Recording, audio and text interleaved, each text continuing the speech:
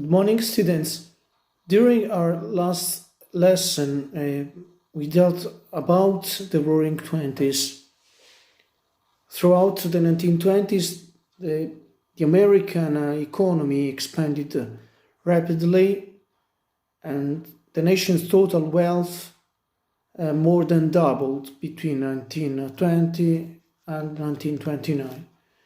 So this period was called the Roaring Twenties. We know that the stock market was centered at the New York Stock Exchange on Wall Street in New York City.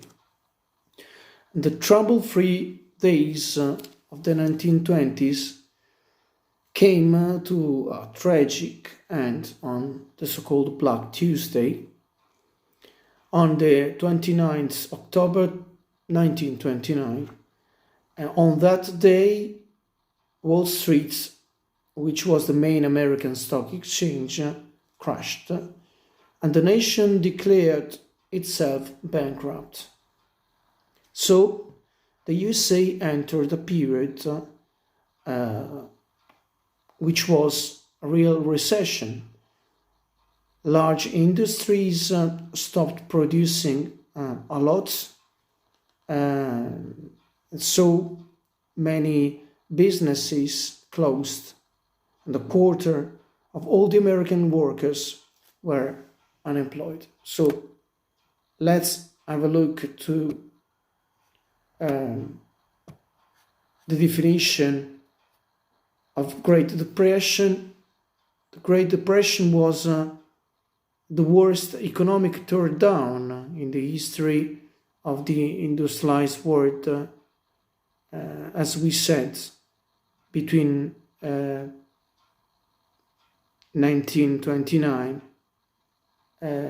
But this depression went on to 1939. It began after the stock market crash of October 1929, which sent Wall Street into panic, but also wiped out millions of investors. Over the next several years, consumer spending and investments in general dropped, and there was a severe industrial output. The Wall Street crash. So you can have a look on your book on page 235. In the 1920s, a lot of American people invested their money basically in stocks, shares, pushing the prices up and beyond the real value. This was the main problem. Share prices reached a peak in August in 1929, then started to fall. The reason of the Wall Street crash was that investors panicked and started to sell recklessly.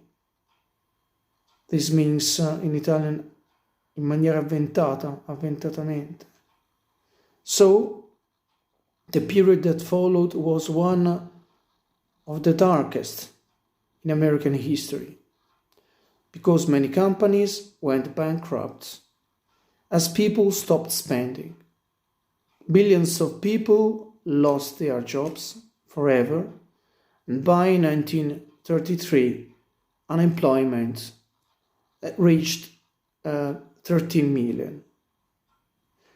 The unemployed lost their homes and were reduced to living in poor towns, shanty towns of tin and carpets.